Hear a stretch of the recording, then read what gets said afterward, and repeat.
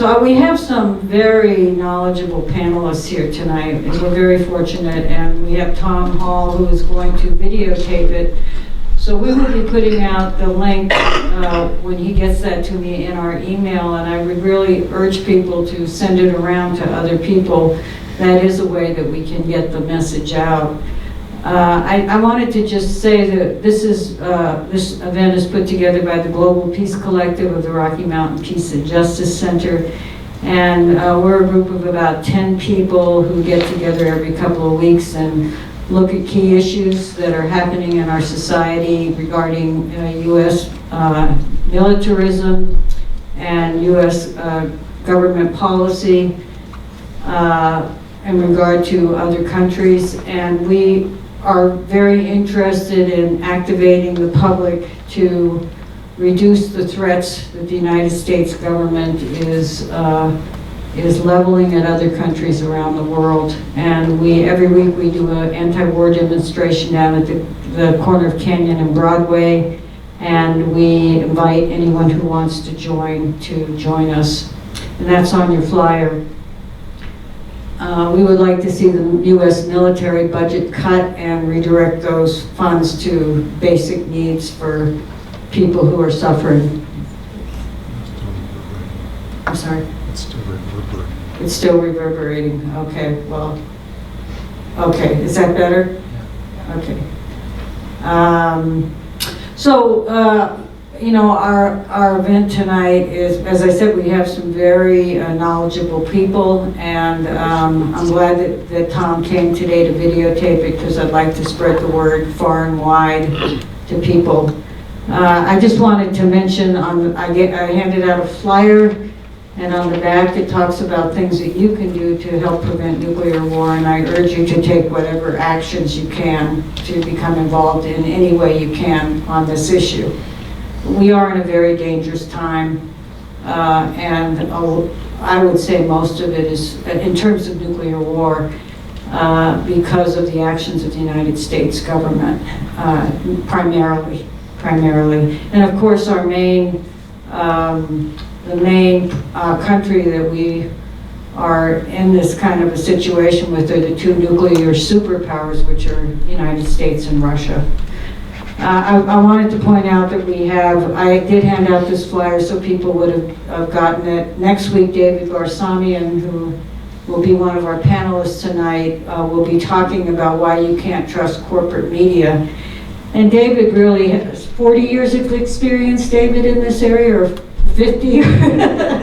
40 years of experience. He started an alternative radio where he interviews people and tapes talks, and it's now on 300 radio stations across the country.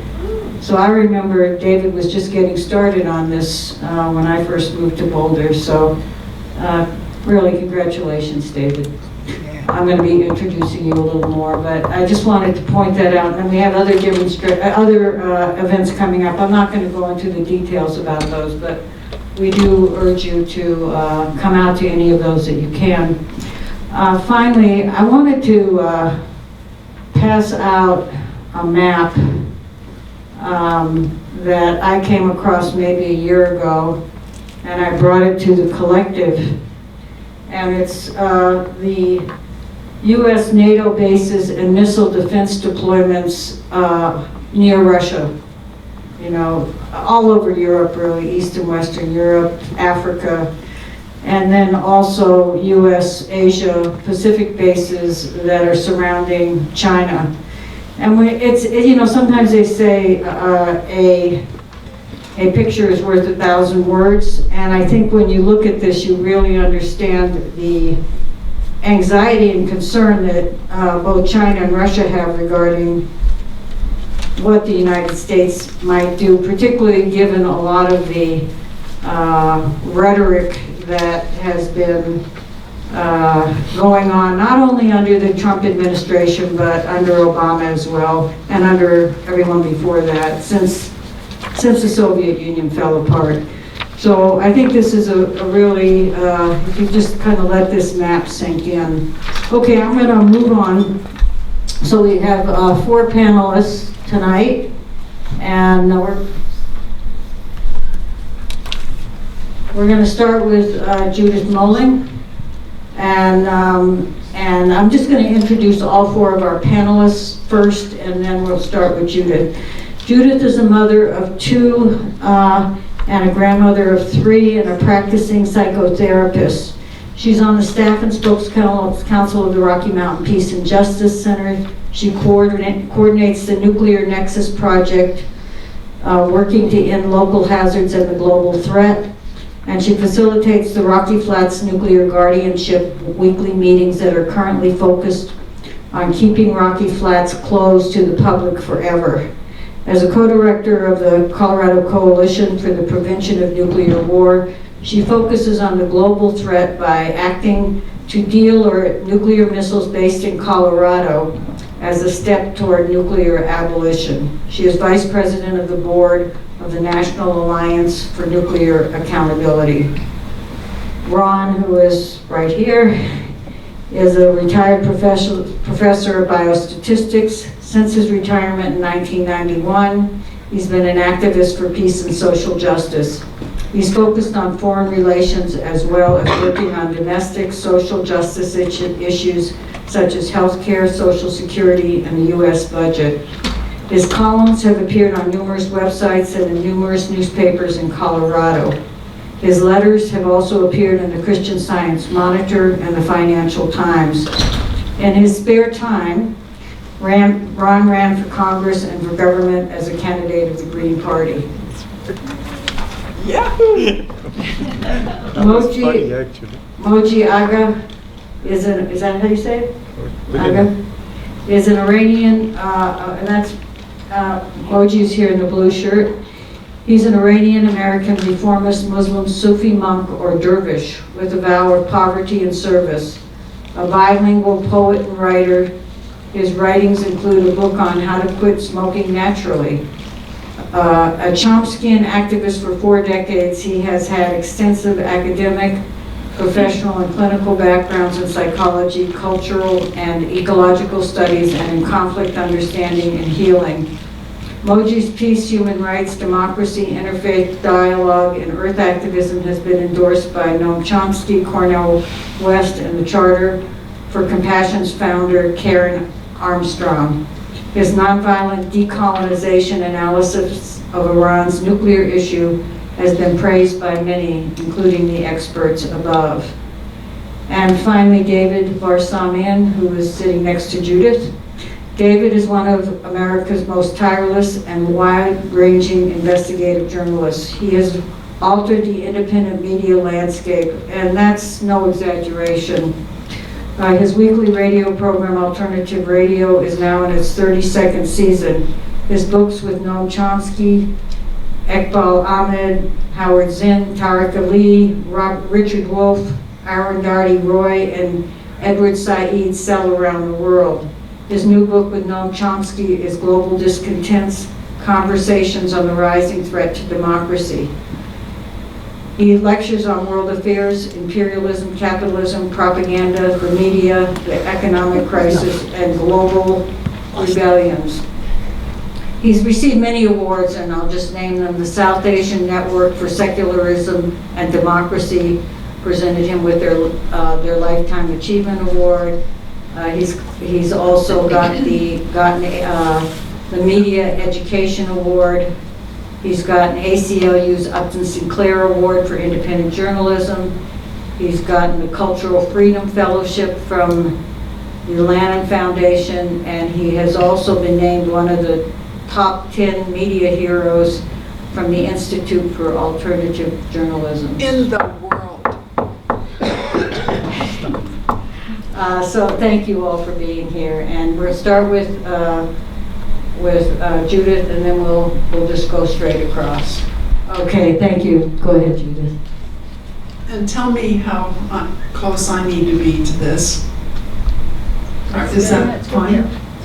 And thank you all so much for being here. And blessings to the university for hosting us.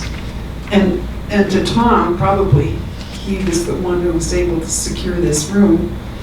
And Carolyn, thank you so much. And panelists, thank you. So I'm going to try to string things together in a way that really makes sense. And my background is in nuclear weapons and nuclear waste for many years. And it's not that I'm an expert, but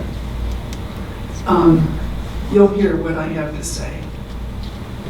So this is a quote from Toni Morrison that scares me. Forcing a nation to use force is easy when the citizenry is rife with discontent, experiencing feelings of powerlessness that can be easily soothed by violence. And when the political discourse is shredded by an unreason and hatred so deep that vulgar abuse seems normal, disaffection rules. Our debates, for the most part, are examples unworthy of a playground, name-calling, verbal slaps, gossip, giggles, all while the swings and slides of governance remain empty. So current dangers of nuclear war. Whoops. Okay. It is such a supreme folly. This is another quote. It is such a supreme folly to believe that nuclear weapons are deadly only if they are used. The fact that they exist at all, their presence in our lives, will wreak more havoc than we can fathom. Nuclear weapons pervade our thinking, control our behavior, administer our societies, inform our dreams. They bury themselves like meat hooks deep in the base of our brains. They are purveyors of madness. And I would add, and they support imperialism. And that quote is by Arundhati Roy. Partly because David was going to be here. So the Bulletin of the Atomic Scientists, as you probably know, their doomsday clock, they recently pushed closer to only 2 minutes to midnight. And it hasn't been that close since 1953. And midnight means world catastrophe. And at the same time, the president, our president, has unveiled the Nuclear Posture Review from hell. The world situation is dire. The NPR establishes official nuclear policy. It calls for massive spending for new bomb plants and more usable nuclear weapons, nuclear warheads. The worst being, in my opinion, to create new low-yield weapons by modifying submarine-launched ballistic missiles. And one of the old ideas that we activists, I feel, had dismissed is now raising its head again, and that's the interoperable warhead. Huge bombs that can be either on nuclear submarines or land-based missiles. Speaking of which, we are 50 miles from the first of land-based missiles in Colorado. There are 49 of them right here, 500 of them in the whole missile field. We are right in the nuclear heartland. And it was designed to be a nuclear sponge. I don't know if you've heard that term, but it means that at least, so there are 500 of them in this nuclear field, 49 in Colorado. It means that any engagement, especially with Russia, which is one of the only countries that could do the kind of damage that this would entail, they would have to send 500 of their weapons to get all of those weapons, thus maybe sparing Denver. But you can imagine, I mean, 50 miles away. The US has 1,800 weapons that are poised, ready to go. And in the missile field that's governed by Cheyenne, there are missileers 24/7 ready to, it takes 2 of them in each instance to turn their keys at the same time. In 9 countries that have weapons, nuclear weapons, there are a total of 15,000. I wanted to mention that something that isn't taken into consideration very often during analyses of what would happen, and that is the problem. And if you heard Dan Elspert the other night, or are reading his book, The Doomsday Machine, you'll know about the idea of nuclear winter. And in a way, nuclear winter will ultimately kill many more people than the original blasts of the bomb. Even a regional nuclear exchange, for example, between Pakistan and India, would cause a global cooling. It would block out at least 10% of the sun. And you can imagine then what would happen to crops, what would happen to the people who rely on those crops to eat, like us, like everybody. A full-out nuclear war between Russia and the United States, ultimately the smoke, hundreds of thousands of tons of smoke, gets into the stratosphere and would block 70% of the sun. And that's when you hear the idea of nuclear winter, that's what it is. And for more information, just let me know. And I will turn you on to scientists right at this university who have all the models that they've created to tell us what would happen with nuclear winter.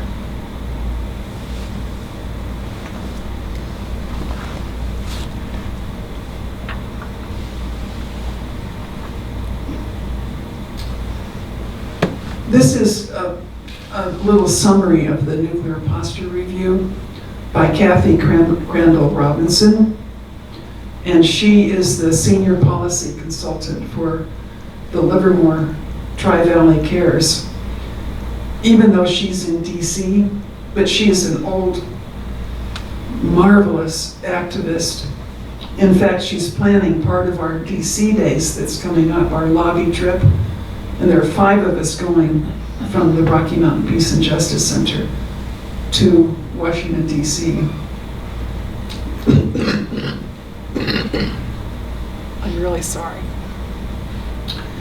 So she says, overall, this NPR sets a policy blueprint that expands the roles and number of nuclear weapons, and that means that nuclear weapons dangers and burdens are increasing. It's imperative that Congress and the concerned public boldly act to counter wrong-headed nuclear policies and profligate spending requests that will lead to new weapons. And the increased willingness to use them, because some of these weapons the administration thinks are usable. They're not. And if you can stand it, you should really look at the nuclear posture review. I mean, it's not exactly bedtime reading. Thanks. So how can the doomsday clock be turned back? What can we do? Is there any hope? I think there's loads of hope, although it's a race between education and doom, I suppose. And one really wonderful thing is that the whole big Presbyterian Church USA is going to vote this summer on a resolution that calls for the elimination of nuclear weapons from the earth. And that, of course, follows the Vatican, because for years, the Vatican has been against nuclear weapons. You may have seen the big billboard between Santa Fe and Los Alamos with a picture of the Pope. And it says nuclear weapons need to be eradicated from the earth. Also, citizen groups around the world, civil disobedience on a massive scale, which we need. We now have the Nuclear Ban Treaty, which once 50 countries have ratified it, and there are 57 countries that have signed on, and there are 7 countries that have ratified it already. And by the end of the summer, and by the end of this year, there could easily be 50 countries that are willing to ratify a treaty that says that nuclear weapons from now on are illegal. I mean, they're illegal now, but this is a huge deal with so many countries and all the people in all of those countries. And of course, it doesn't include the NATO countries, doesn't include the US. In fact, they tried to keep us from meeting at the United Nations, but it's passed, and now the work is to get all of these countries that have joined together to ratify it.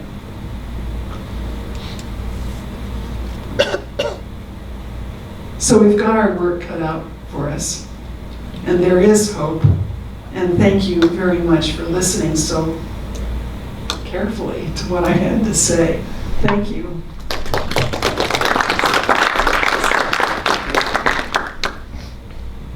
Hello, comrades. Good to see you all. I'm going to compress a lot of history in a very short period of time, starting with 1943, 45, 48, 49, and 53. When our great leader announced the most recent missile attack on Syria, he said twice in 3 sentences that the Middle East is a very troubled place. Well, I think by statistical error, he actually gets things right once in a while, and it is a troubled place. But what is curious is, how did it become troubled? Why is it troubled? And how is it connected to US foreign policy? That's the big question to ask. And of course, the corporate media are obedient in limiting their range of questions to, well, how bad is the Assad regime? You know, how many jihadi groups exist in Syria? Can we trust the Russians, given their history, etc.? A lot of these Cold War tropes have been revived once again. You know, a little over 100 missiles were fired against Syria. That number is significant. It's 10 times the number of Syrian refugees our country allowed in 2017. And it's also interesting that the former colonial powers in the region, France and Britain, joined in the US attack, showing their subordination to Washington. Also, they joined the US attack on Libya a couple of years ago, resulting in the destruction of the Libyan state. 1943, why is the region a troubled place? It's clear to FDR and his advisors that the US is going to win World War II and decisively and emerge as the global superpower. He asked his State Department officials to come up with a post-war plan, and that's called Grand Area Strategy. And all the regions of the world were kind of defined in terms of resources and value, and no area was more important, more strategic than the Middle East because of certain products that they have there, such as oil and natural gas. In 1945, when the war is about to end, Roosevelt's flying home from Yalta, meets with Ibn Saud on a destroyer, a US destroyer in the Suez Canal, and says, we're going to cut a deal. What's the deal? We're going to guarantee the security of the Saud monarchy, one of the most misogynist, homophobic, fundamentalist regimes on the face of the earth, and in return, you will give exclusive access to oil and natural gas to US corporations. The French and the British are just shunted aside as the US stakes out its claim on what the State Department called the greatest strategic prize in the history of the world, an enormous source of strategic power. And the US was dead set on making sure it got that power. Now, let's jump now to 1948, creation of the State of Israel, the disenfranchisement and refugee crisis that produced, ramifications rippling to this very day. Also in 1948, a very significant and influential policy planning statement was written by George Kennan, and this kind of lays out the US plan for the rest of the century, the American century, as Henry Luce called it in a Life magazine article in 1940. And in this statement, which I'm going to paraphrase, Kennan, who is like venerated as this great guru, very humane, liberal, insightful, mental acuity and all of that, highly, highly regarded, he says basically, and I'm paraphrasing, we've only got 5% of the world's population, hey, but we're consuming 50% of the world's resources.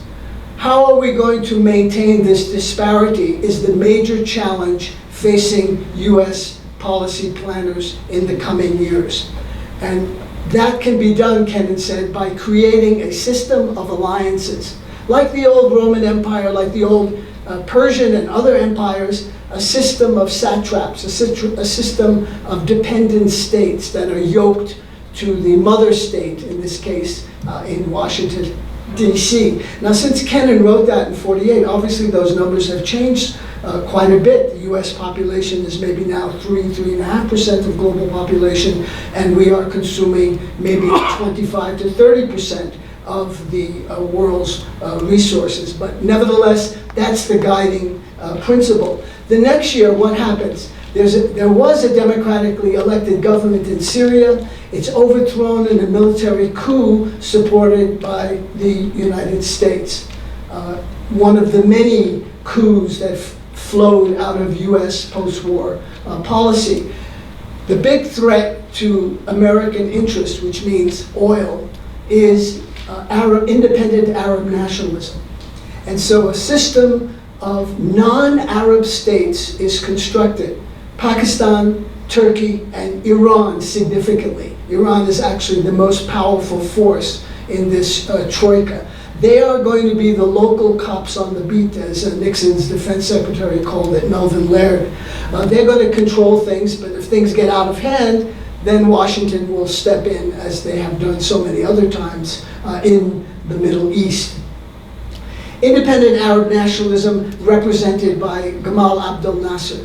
Independent Iranian nationalism represented by Mohammad Mossadegh. Mossadegh is overthrown in a CIA coup, Operation Ajax, in 1953, bringing back the Shah to power, remains in power for the next 26 years, leading ultimately to the Iranian Revolution because of all of his tyrannical rules and his subservience to Washington, his subordination to the whims and the desires of the imperial power. Now, in 53, Mossadegh, as I said, is overthrown. Nasser is isolated because he represents independent Arab nationalism. The Suez Canal is invaded again by the colonial powers, France and Britain, and Eisenhower, for his own reasons, decides that the US has to back the withdrawal of British and French and Israeli troops.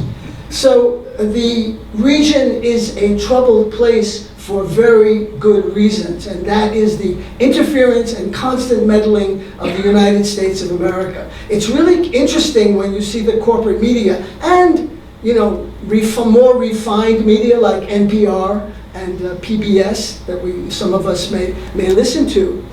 They characterize Iran as meddling in the internal affairs of the Middle East. So I let out a sigh of relief. I'm glad our country is not meddling anywhere in that region.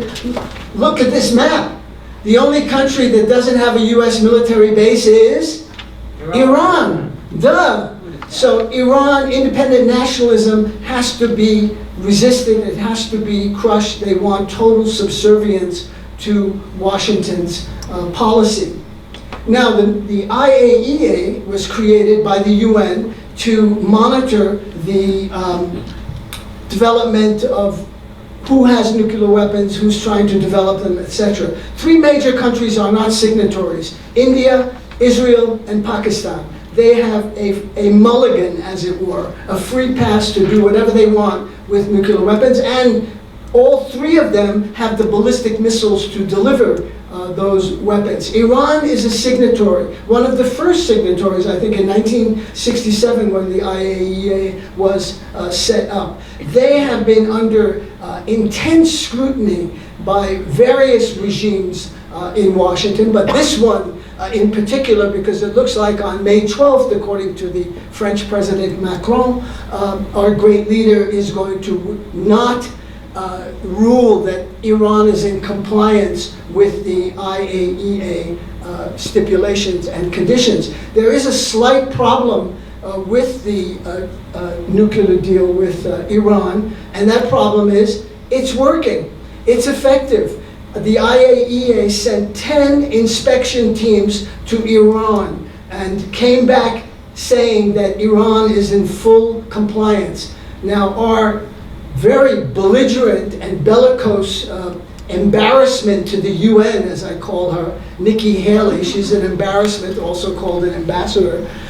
She went to Vienna at the great leader's behest and said, well, they got to be cheating, you know, they must be doing something. And she came back empty-handed. She went through all the reports that the IAEA developed. So Iran is in compliance, but it looks like UNESCO, like the Paris Accord, like the other agreements, the US is going to go it alone, part of the America First. Very, very dangerous period in our history right now, with people like Bolton and Pompeo, who's known as when he was the representative, congressional representative from Wichita, he was known as the representative of the Koch brothers, who have their headquarters in Wichita, and also Boeing, the big military contractor. So there's a growing global threat of war.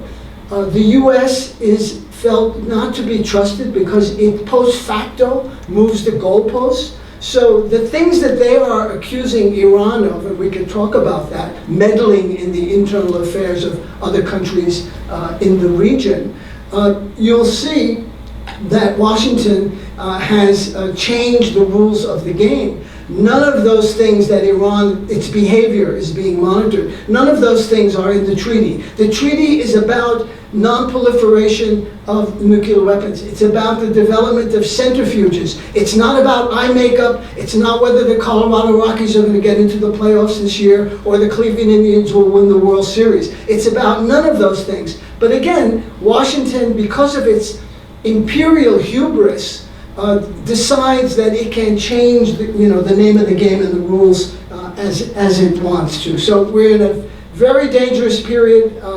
you know, it's going to require a lot of vigilance and resistance on our part to, I don't use the term nuclear war, that's an oxymoron. Nuclear annihilation is closer to what we're talking about here. Thank you.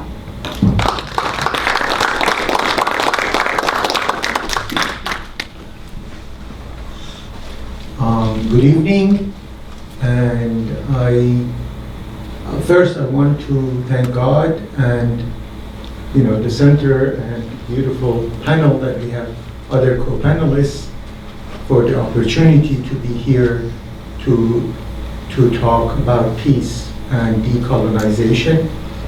And just to connect with what Brother David said about those centrifuges, those dreaded centrifuges, that my hometown of Natanz is where the main plant for Iran's centrifuge, the enrichment of uranium is, and therefore my hometown is targeted by American and Israeli nuclear weapons and has been threatened by both against every single international law and UN charter. So anyhow, what I want to do is to play for you a 5-minute little address given today by Iran's foreign minister, who negotiated the nuclear deal, which is now being undermined by Trump and Israel and Saudi Arabia and other war criminals. So let's see whether Mr. Zarif, which his name means subtle. This went away subtly. Could you please? I love his name. He is so subtle.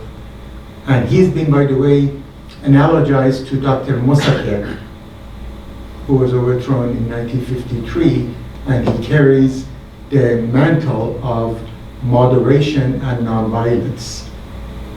Of course, he has to deal with the framework of the Islamic so-called republic, so-called Islamic so-called republic.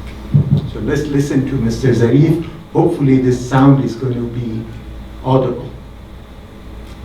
Hello, my name is Javad Zarif, and I'm the Iranian foreign minister. For the first 2 years in my post, I spent much of my time negotiating with my counterparts from the European Union, Russia, China, Germany, France, United Kingdom, and the United States. We reached a comprehensive agreement on Iran's nuclear program in 2015. We called it JCPOA, or Joint Comprehensive Plan of Action. In the deal, my country agreed to take certain concrete steps to assuage the concerns of the United States primarily. The US in turn committed to remove sanctions and to cease impeding business with Iran. The deal was not a treaty to require signature or ratification by any side, but it became binding on all as it was unanimously adopted by the United Nations Security Council. On 11 occasions since, the UN nuclear watchdog has confirmed that Iran has implemented all its obligations. In contrast, the US has consistently violated the agreement, especially by bullying others from doing business with Iran. In the last year or so, we've been told that President Trump is unhappy with the deal. And it now appears that the response from some Europeans has been to offer the United States more concessions from our pocket. This appeasement entails promises of a new deal that would include matters we all decided to exclude at the outset of our negotiations, including Iran's defensive capabilities and regional influence. But please understand, on both issues, it is Iran and not the West that has serious grievances and much to demand. We have not attacked anyone in centuries, but we have been invaded. Most recently by Saddam Hussein, who was then backed by the US and its regional allies.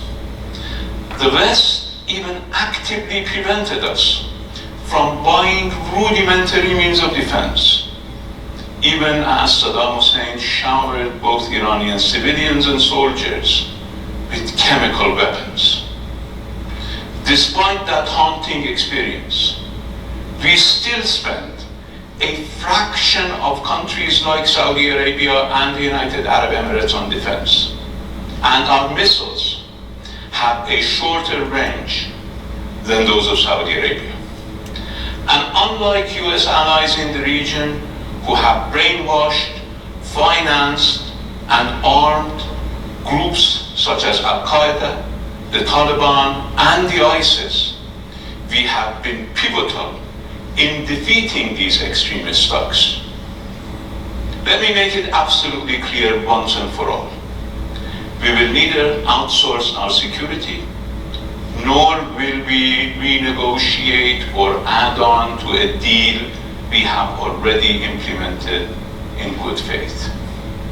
To put it in real estate terms, when you buy a house and move your family in, or demolish it to build a skyscraper, you cannot come back 2 years later and try to renegotiate the price. In the coming days, the United States will have to decide whether to finally abide by its obligations.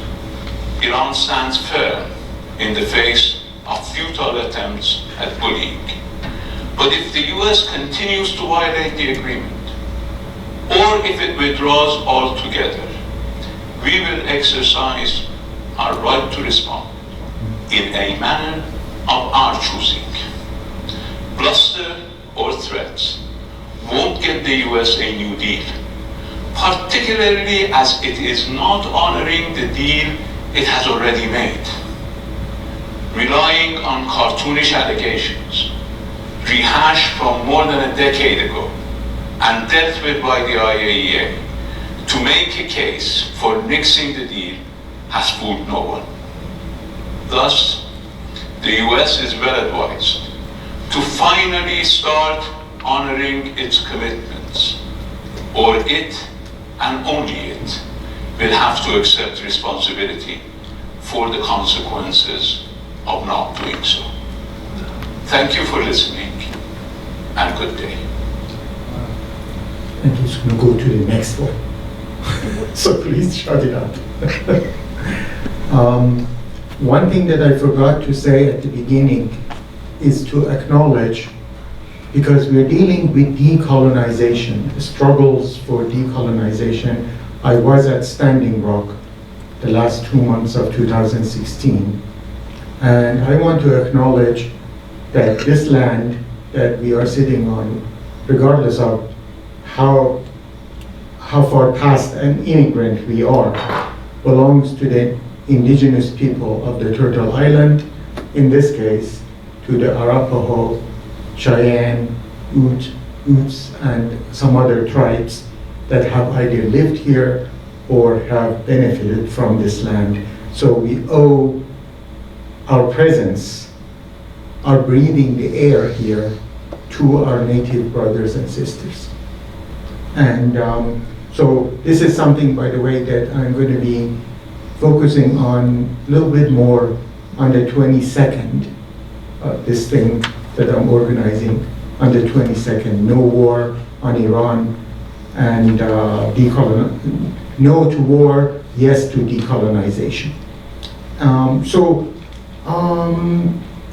Okay, I want to focus, since Brother David Arsamian talked about Dr. Mossadegh. I am the founder of a project called Mossadegh Legacy Institute, endorsed by Noam Chomsky, among others.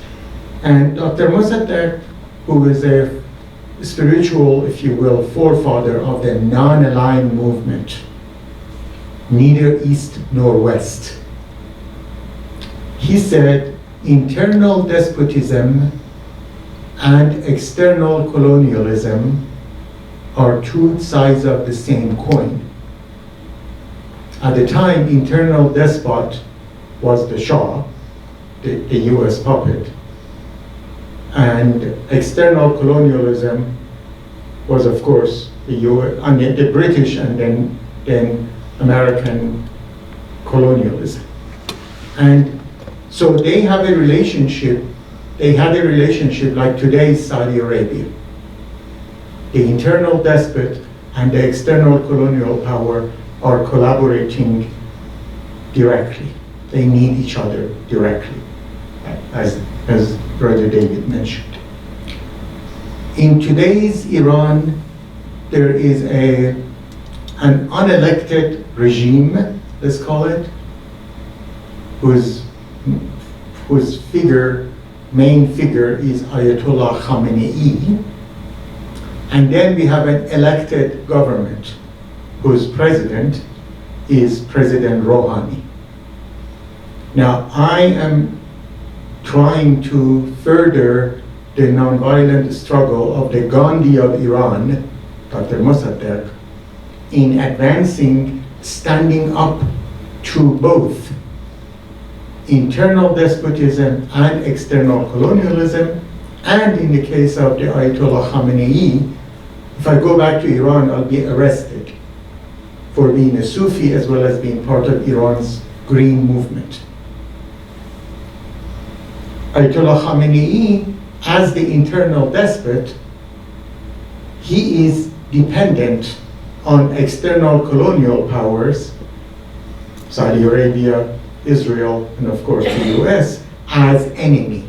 They point to each other as enemy. They need each other as enemy. So what happens inside Iran is there is a group of people who have bought into the notion of the mad dog theory. The mad dog theory is the Israeli Likud, the extremist Israeli doctrine that in order to protect Israel and have a safe place for Jews, we need to be such a mad dog that nobody can predict us. Sounds familiar? Our current president here. So some people inside Iran who opposed the nuclear deal and still oppose the nuclear deal, they buy into the myth of, the myth of deterrence. They say we need to be the mad dog of the region, not the Israelis. Why the Israelis be the mad dog of the region? Let us be the unpredictable power that may do whatever.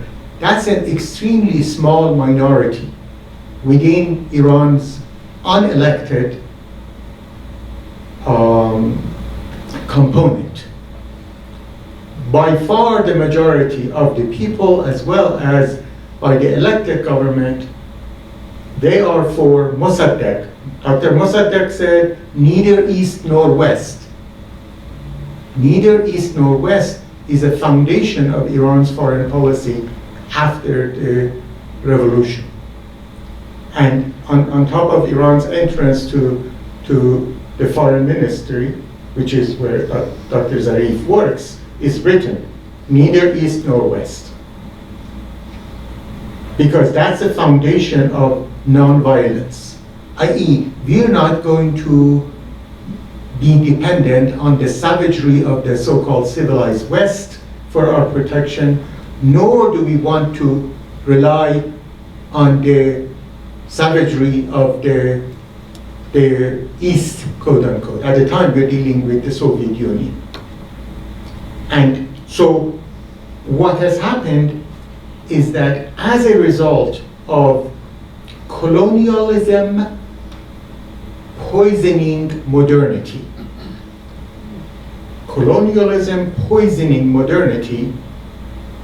that has poisoned and killed, at least in Iran and in the region, many, many attempts at having better governance, democratic governance, and moderation.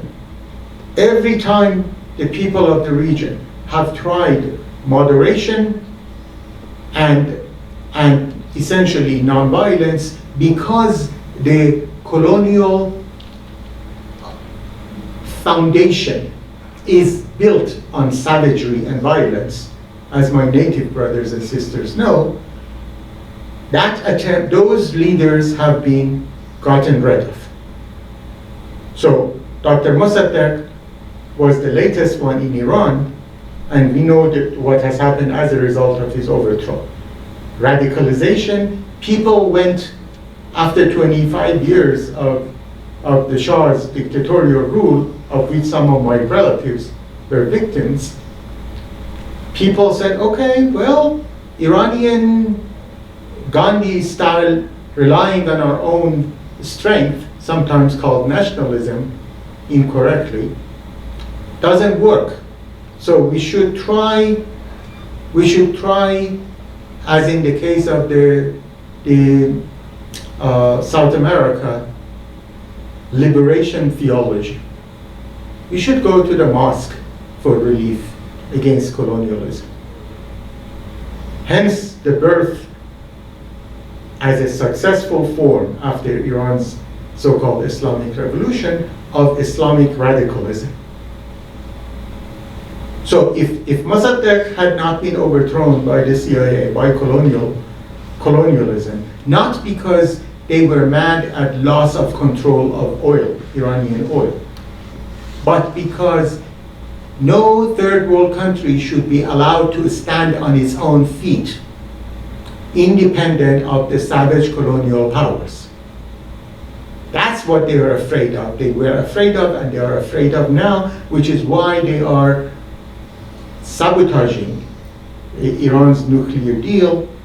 And so what has happened as a result of the poisoning of modernity by colonialism, we have a policy of preventing moderation in that region, because when you, like the Israelis do, bloody the Palestinians who want to, who want their own land back. So they bloody them in order to provoke them into violence, in order to then say, see, these are savages. We are the only democracy in the region.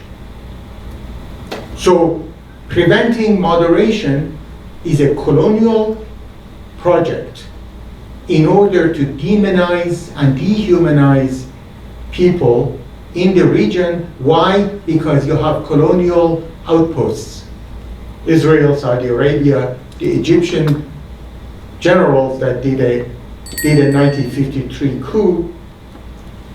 So we're dealing with a system where internal despotism and external colonialism are in an either directly or indirectly interdependent need of each other. Therefore, they prevent stability, they prevent peace, because they need wars in order to sell weapons. So anyhow, thank you. We'll talk hopefully more in the discussion section.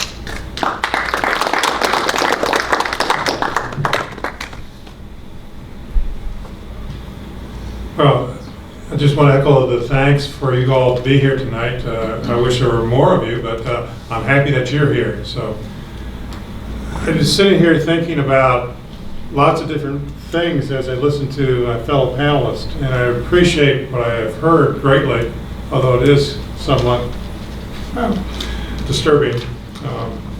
I think what we are looking at is partly the arrogance and the hubris of our leaders and European leaders. And you can go back to the 15th century when the Catholic popes, two different ones, had the doctrine of discovery, which gave Portugal the right to claim any lands, to do whatever they wanted with the lands if people were not willing to convert to, at that time, Catholicism, and later on it became Christianity. And then later in the 15th century, a different pope granted the same rights to the Spanish, and other European nations just logically assumed that those rights also applied to them. So this doctrine of discovery explains a lot about the whole colonial project wherever it is. In the United States, we see it with the Native Americans, and we see it also in our attitude against non-Christians around the world, or people who are not white around the world. I mean, the British and French were just wonderful. During the First World War, they made these promises to everybody and anybody that, oh, you'll have an independent land or whatever. And then they had the Sykes-Picot Agreement, which divided up the Middle East, ignoring different rationales and different groups of ethnic people that they were throwing in together. And you're setting up a situation where you have a mess from the get-go. In the United States, I can't say for sure what our plans are. I like David's use of Kennan's material because Kennan very well nailed what we were about. And a key part that he dropped out, that Kennan pointed out, was that the United States would have no use for altruism. It was whatever means were necessary to do this. And that pretty well describes our policies. What we've been looking at since the 1990s and the early 2000s is the Project for the New American Century as having played a major role. After the collapse of the Soviet Union, and the US media and the US leaders characterized that the Soviet Union was defeated. And the Soviet Union never perceived it that way. They didn't perceive that this was a defeat. This was a decision they made to try and meet the needs of their populations. And they realized that they couldn't continue spending the kind of money that they were spending on weapons and be able to survive as a government. Under the Project for the New American Century, what the idea was that the United States could never and would never allow any other country ever to replace the Soviet Union as a force that we would have to take into account and be worried about. So the two main targets of this are Russia and China. So that's the primary big picture. But there's also, in the Project for the New American Century, the idea that the Middle East is a very important area. And gee, if we can't gain control of those resources and get a compliant dictator or whatever, we'd rather see these countries destabilized. And if you look at what's been happening, that's exactly what's it. I'm not sure that that's the real strategy to how it operates, or whether this is just the incompetence of the United States to understand what the heck they're doing. But either way, we've seen the devastation of Iraq. I'm reluctant to say the devastation of Afghanistan because that was pretty well demolished before we came in, but we played a role with the creation of the Mujahideen.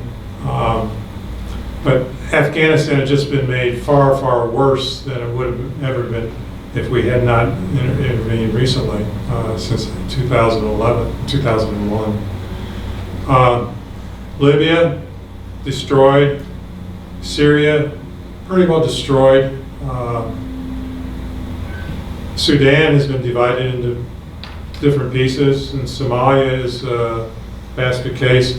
So Wesley Clark blew the whistle, and he announced that Bush was going to target 7 Arab Middle Eastern countries, and that's what's been happening. And the one thing that after the U.S. went into Baghdad, and it appeared like it was mission accomplished according to some people, the saying was that, well, real men go to Tehran. So, and I think that's, Tehran and Iran are on the radar, and we cannot allow Iran to exist as a force that represents somebody that stood up to the United States with the Iranian Revolution in 1979. We still are very bitter about this, and this is when the history of our relationship with Iran begins, as far as the U.S. population is concerned. And that gets me to the point where the role of the media. The media have done such a great job of misinforming and providing disinformation to the American public. So I'm really pleased that David is on the panel here to talk about the media, and that there's a media collective now in the Peace Center, and that the upcoming event on May 9th then is something that should not be missed. In terms of talking about the nuclear dangers, in our collective, we were talking about North Korea, South Korea, and the United States for a long time, and that took a lot of our attention. And then Syria and Ukraine and Iran are other nations. And I'm supposed to be talking about the Ukraine. We have kind of dropped our focus on Korea right now, thanks to the efforts of the South Korean president, Moon Jae-in, who has done an amazing job in effectively sidelining Trump by his reaching out to Kim Jong-un in North Korea. And the two Koreas seem to be trying to work things out together in a way that allows the Korean population to have the threat of annihilation removed from their heads. Right? North Korea would never attack because they knew that if they took any offensive action, they would face total annihilation. And Kim Jong-un knew that he would be annihilated as well. But South Korea would pay a hell of a price in terms of the U.S. attacking North Korea then. And Japan might pay a price. So this was something that the two Korean states wanted to try and remove that specter of both the annihilation of both of their countries. And I think, again, Moon Jae-in has done a marvelous job so far, and I'm sure hoping that Trump doesn't screw it up. Anyhow, though, in terms of these other three, if you look at Ukraine and Syria and Iran, Syria is a way of getting to Iran also, because Iran supports a lot of what's weapons to Hezbollah in Libya or in Lebanon, and Syria is a conduit for allowing those weapons to transfer. So if Syria can be taken out of the loop, no longer have good relations with Iran, then that makes it easier for Israel to go after Hezbollah, I think. One thing in terms of the project for the New American Century, I should mention also, there was a 1982 proposal by an Israeli journalist who had been assigned to the Israeli Foreign Ministry that called for exactly what's happening, and that's breaking up all the surrounding states around Israel into small pieces, that Israel would be the real hegemonic power in the Middle East. And whether that had any influence on the project for the New American Century, It probably did because the neocons were the driving force for the project for the new American century, and they are ardent Zionists. So, anyhow, getting to Ukraine. Ukraine, after it gained its independence, it very quickly the officials in the Communist Party who had positions of power realized that, hey, we can do quite well as taking advantage of the resources in our position, and they were some of the early oligarchs in terms of the Ukraine. And I think every Ukrainian government since independence has been as corrupt as all get out, and the oligarchs have made out like the bandits that they are. No offense to bandits, that they couldn't compare to what the oligarchs have done.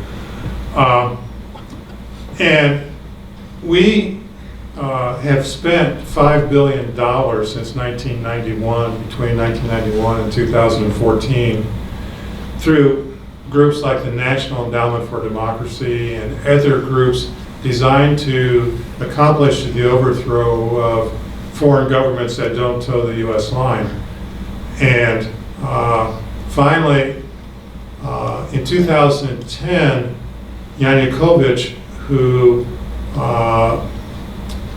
was more representative of the Russian part of the Ukraine government, or of the Ukraine country, was elected president in a reasonably fair election. Ukraine really is two parts. You have a eastern, southeastern part that is basically Russian speaking and wants good relations with Russia, and you have a western, northern part that speaks Ukraine and they look Western. And in part of the western part, then, there's a strong neo-Nazi movement that worked with the Nazis during the Second World War. So the Nazis finally said, no, you guys are trying to get independent, and so we're going to crush you as well. So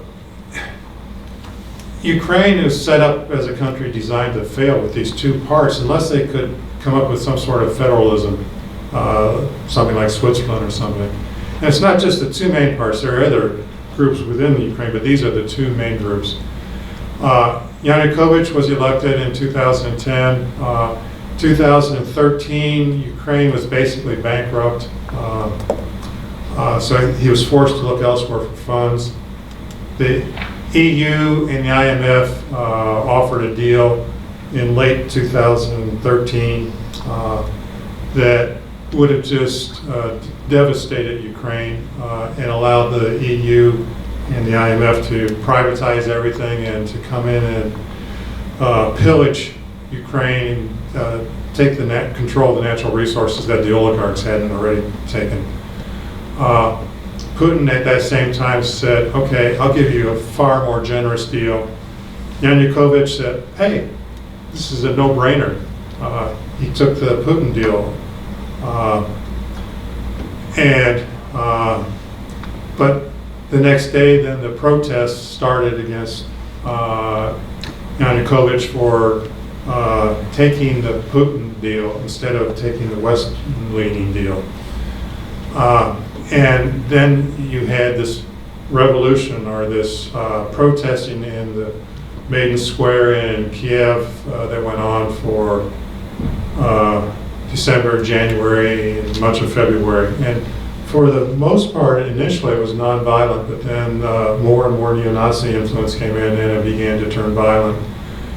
And eventually a coup occurred the day after European ministers and Yanukovych had agreed to compromise where there would be early elections and some reforms that were needed to try and make Ukraine a more democratic place. The next day, then the neo-Nazis really led the revolution and had this violent coup then at the last day, and Yanukovych then fled to Moscow. The West doesn't call it a coup, it calls it a revolution. The head of Stratfor, which is a intelligence gathering group. Some call it, it's very much like the CIA, but it's not affiliated with the government directly. Said it was the most blatant coup in history. It's an American looking at this objectively. Anyhow, one of the first acts of the new coup government was to ban the Russian as one of the official languages of Ukraine. And this greatly alarmed the people in the Russian-speaking areas. And they looked at this and said, this is just the early stages of what our life is going to be like. So they decided they were going to rebel or revolt against this coup government. And the people in Crimea, which is predominantly Russian-speaking, Russia had 20,000 military force staged there because of an agreement with Ukraine, because Crimea is the site of a huge Russian naval base. So they had these soldiers there. So the Russian military force took control in Crimea and then had an election which overwhelmingly voted to rejoin Russia.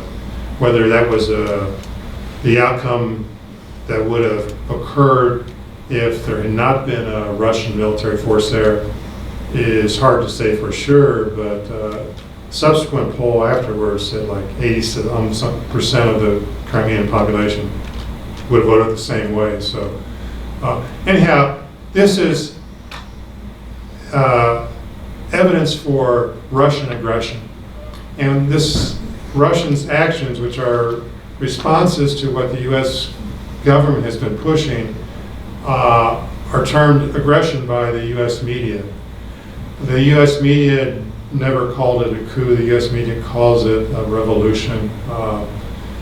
So what we've seen since then is, Russia is greatly concerned about the agreement that the U.S. broke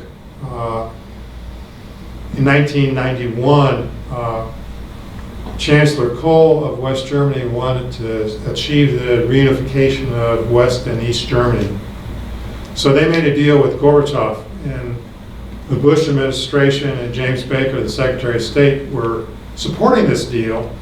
And the promise to Gorbachev was that NATO would never expand 1 inch to the east in exchange for Russia or the Soviet Union allowing the unification of Germany. Okay. Well, Clinton came in as president, and within a few years, he violated the terms of the deal and brought in a number of countries, including the Baltic states. Then Bush came in. He further violated the deal, bringing in still more nations. And Bush also pulled the U.S. out of the anti-ballistic missile agreement. Russia became much more alarmed because they had seen they'd been invaded time and time again from the West. They were invaded in 1918 from the West by the United States and a number of European countries, and from the East by Japan. They were invaded by Germany in the Second World War. And in the Second World War, the Soviet Union lost roughly about 26 million people out of its population, which was then about 13% of its 1939 population. So Russia is greatly alarmed when they see NATO moving closer and closer to its border, when they see the U.S. putting anti-ballistic missiles close to its border under the pretext that it was to deal with the Iranian nuclear weapons and their ballistic missiles. That nobody believed, but the U.S. media supported this and told the American public that, and the American public believed that though. So in 2008, Putin went to a NATO gathering. Putin also was trying to work with the United States and had worked with the United States to allow our easy access to Afghanistan by going through some of the Russians' area and Kazakhstan as well. So Putin was working with the United States, cooperating. In 2008, he had tried to get Russia to be part of NATO, but the U.S. blocked that. 2008, he went to a NATO conference and warned NATO that we cannot allow Georgia or Ukraine to be part of NATO, because that's a red line for us. You're threatening our security big time, because Ukraine and Georgia share long borders with Russia. So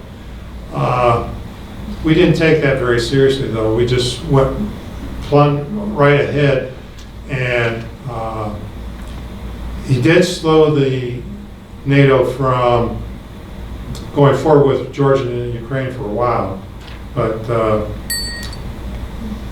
with the coup, you're setting up Ukraine for entry into NATO. That was the Russian fear. So the thing that links Syria, Iran, Ukraine together is the project for the new American century.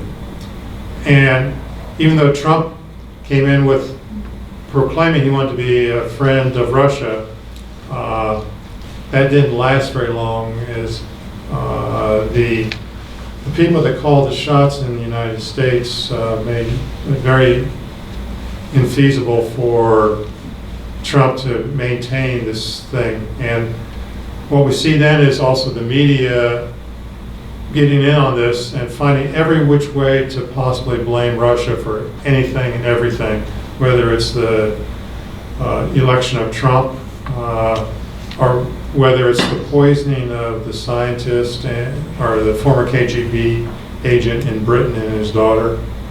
When there's no proof for any of this stuff, particularly this latest poisoning in Britain, an independent Swiss lab which works with the Organization for the Prohibition of Chemical Weapons said that no, it wasn't a Russian-made poison. It was a poison that the UK, the US, and NATO countries use, and no linkage to Russia. Now, are you aware of that from the US media? First time hearing it. So, I mean, that's the importance of people like David Barsamian and alternative sites, that we cannot rely on the US media to tell us the truth when we're dealing with foreign policy issues, because they fall into line with our weapons of mass destruction claim, with the claim about the massacres of Kosovo Albanians, with Libya was going to have this humanitarian catastrophe. None of these things were true, but they were sold to us as a bill of goods to give us a pretext for attacking different countries. So I look forward to your questions. Thank you.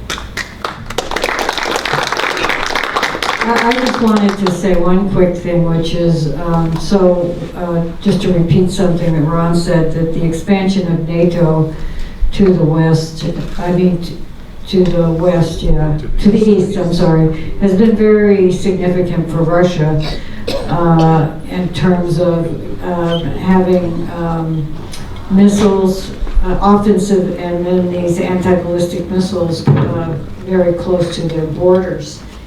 And the reason the anti-ballistic missile treaty, the U.S. pulling out of that, was so important is because what anti-ballistic missiles do is they, theoretically anyway, give a country the ability to do a first strike without being struck back. I mean, that's the purpose, is to be able to strike another country. And, as I showed you with this map, with all these weapon systems, offensive and, quote, defensive, on their border, what this does is it just escalates the likelihood that someone's going to jump the gun, someone's going to feel like if we don't strike first, someone's going to strike us.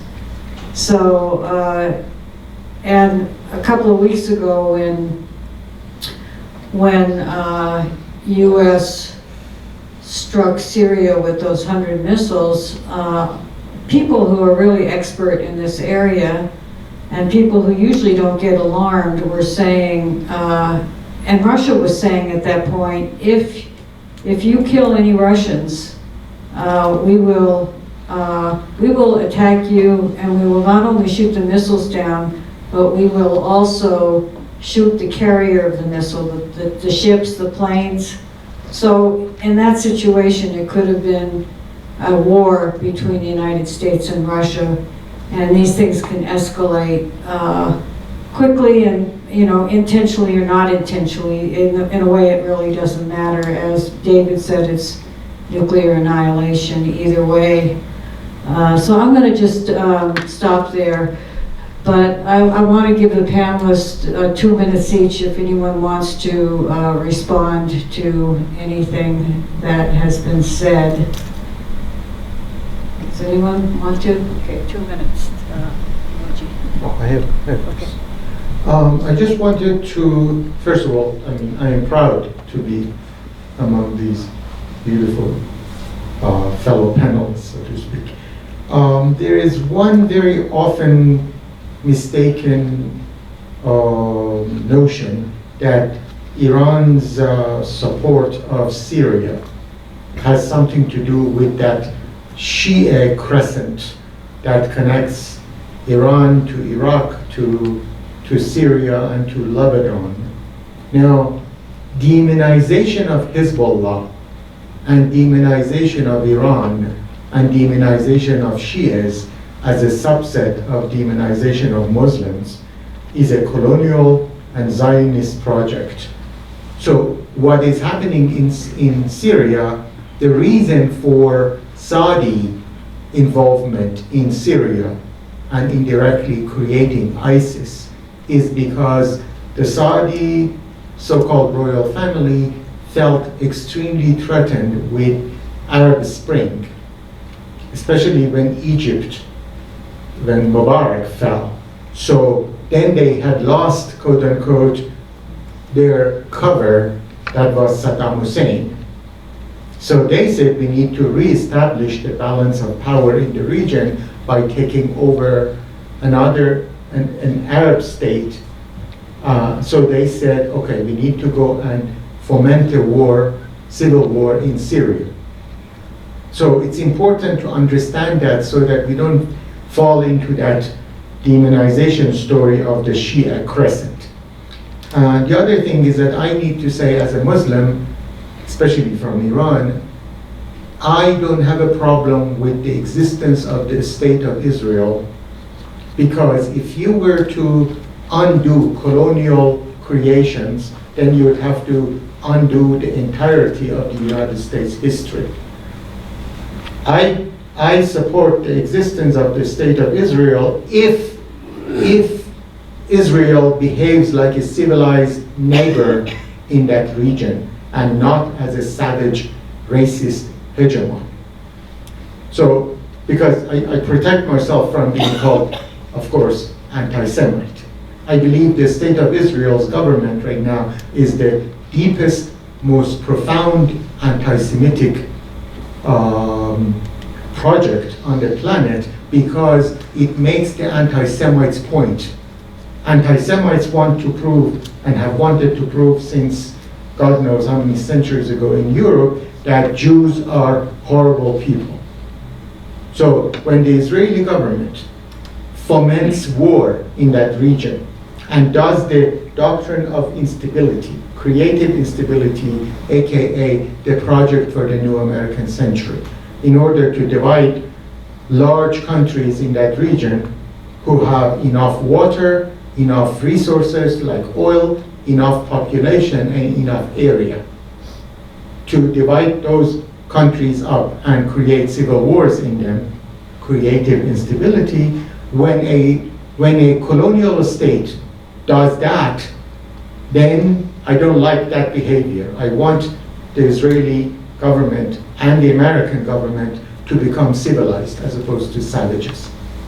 Okay, Sorry. David, did you want to add anything? Yeah, some good news.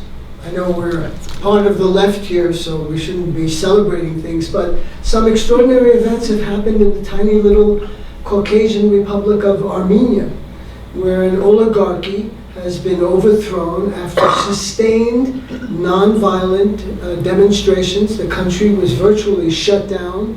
All the major roads were blocked. The airport was abandoned by the staff there. Quite extraordinary. Very few people were injured in this nonviolent revolution. People were rising up. All of these post-Soviet states fell into a pattern of corruption and tyrannical rule. Armenia was no exception. Kazakhstan, Kyrgyzstan, Tajikistan, Uzbekistan, all the stans fell into this mode, a kind of continuation of Soviet rule, except these opportunistic, who were then calling themselves communists, suddenly became capitalist, embraced neoliberalism, and Armenia lost a huge amount of its resources in garage sale, giveaways, largely to European corporations, including cognac, which is like the national symbol of Armenia. It was sold for $30 million to a French corporation, even though its book value was 10 times that amount. And obviously the politicians who enabled this were paid off. So I was there last June talking to a lot of people, a tremendous amount of discontent and anger with the regime. They called them openly mafia, oligarchs, thugs. That was the language that mostly young people were using. So this is a very encouraging development. Now, will there be a counterattack? Probably, because no oligarch goes away willingly. So it remains to be seen if this democratic opening, this aperture, will be sustained. Let's hope so. And the U.S. should be supporting a nonviolent, peaceful revolution in the Caucasus and elsewhere. Very quickly about Israel, you couldn't have missed the dog and pony show that Netanyahu put on the other day with his charts and photos. I mean, it was just redolent of Colin Powell's pathetic appearance at the United Nations in 2003. As you can see over here in this building, this is where the Iranians are assembling their subterfuges and the like. Just absolutely hilarious if it weren't so dangerous, because there are people buying this propaganda, not just in the corporate media, but in Washington, where there's a love affair with Zionism and aggressive. Israel is seen as a reliable cop on the beat, the one ally that the United States can depend on. And moving the embassy from Tel Aviv to Jerusalem is another example of how deeply wedded the great leader is with those extremely retrograde Zionist forces. David Friedman is the ambassador. You have his ignominious, a person of almost no accomplishment, son-in-law, Jared Kushner, in charge of a peace process that is designed to go nowhere, because Moshe Dayan told the Palestinians exactly the truth decades ago. You can live here among us like dogs, or you can leave. And that has been the Israeli policy. Colonization, more and more so-called settlements, and more destruction of Palestinian olive trees, fruit trees. Over 1 million fruit trees have been cut down by the Israelis. So there's an attack on nature, there's ecocide going on, there is a movement of a huge amount of West Bank water, the only aquifer in the region, from Palestinian land to Israel. And so that's why Israel has green gardens and tennis courts and rec centers and swimming pools. And you go there, you think you're in Europe. Some of you have traveled to Israel, you know what I'm talking about. Look at what's happening right across the road with the Palestinians. The average Palestinian gets 12 to 14 hours of water, not a day, a week. And Israelis have unlimited access to water. So keep that in mind. One last thing about Iran. Iran has different factions. All countries have factions. And the so-called Revolutionary Guard group that is around the supreme leader, the Ayatollah, they were warning Iranians not to get into this deal with the Americans. Why? because they said that you cannot trust Washington. They have a history of double dealing, double crossing, and then you're going to get stabbed in the back and you're going to embarrass the Iranian nation. Well, you know, the great leader has played right into the hands of that particular group. One word on propaganda, because in the US propaganda system, if you are aligned with the United States and are subordinate to US interests, you are called a moderate. If you're not, you're a hardliner, and you know, you have to be resisted. More on the media next week. I just have a couple of things that I forgot to say. And my favorite phrase from the evening is, "No offense to bandits." These in front of me are brochures about huge work that we do on Rocky Flats to keep it closed forever. And right next to that is the Arundhati Roy quote that I used, and a list of a few of the outstanding organizations in the Alliance for Nuclear Accountability. Then I wanted to mention that this past weekend we had a huge Rocky Flats weekend, including a really magnificent art exhibit, in my opinion, that's going to be out for a month at the library. And it's remarkable. And it was curated by Jeff Geip, who made the huge red horse on the southern boundary of Rocky Flats. And next Tuesday evening, David Barsamian is going to talk on imperialism and nuclear weapons at the Mercury Cafe. Come at 6 so that you can order your supper, and at 7 he'll begin. And thanks so much again.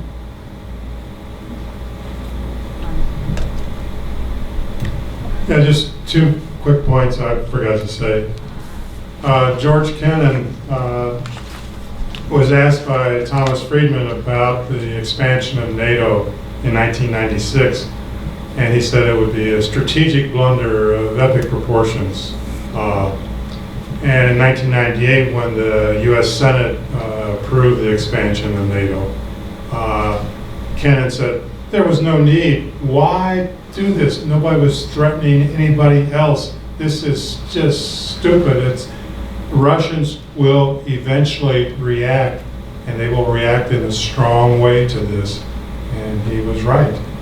Another thing is that Trump has just begun to move the anti-tank missiles, the javelins, to Ukraine. This is going to really, I think, fuel the conflict between Ukraine's coup government in the west and the eastern part, where the Donbass area. So this could heat up fairly quickly if we are not careful. And again, this is an area for Russia that is crucial to its security and its existence. And there's a line which they're not going to back down from. So we have to be very careful in how far we're going to allow the neo-Nazis within the Western coup government to pursue this before Russia feels that it must step in. And nuclear annihilation is not pretty. I would just say, I mean, we can imagine how the United States would react if Russia put missiles and tanks in Mexico on our border. Or Cuba. Yeah, remember Cuba in 1962, right? Almost led to a nuclear annihilation. I like David's term. Okay. Well, I want to thank everybody for coming tonight, and we'll send you the link so that you can put it on your whatever things you have, websites, emails, Facebook page. Facebook if you have one. How many people have a Facebook page here? Not a lot. And that might be something to say. If you're on Facebook, you might want to consider getting off of it. Anyway. And thank you, Carol. Not necessarily. I mean, you do reach a lot of people on Facebook, but it is also a very good device for spying on people, and they share their information with the U.S. government. So, okay, well, thank you everybody for coming, and please come next week to hear David and learn more about corporate media. Thanks. Thank you. Bye-bye.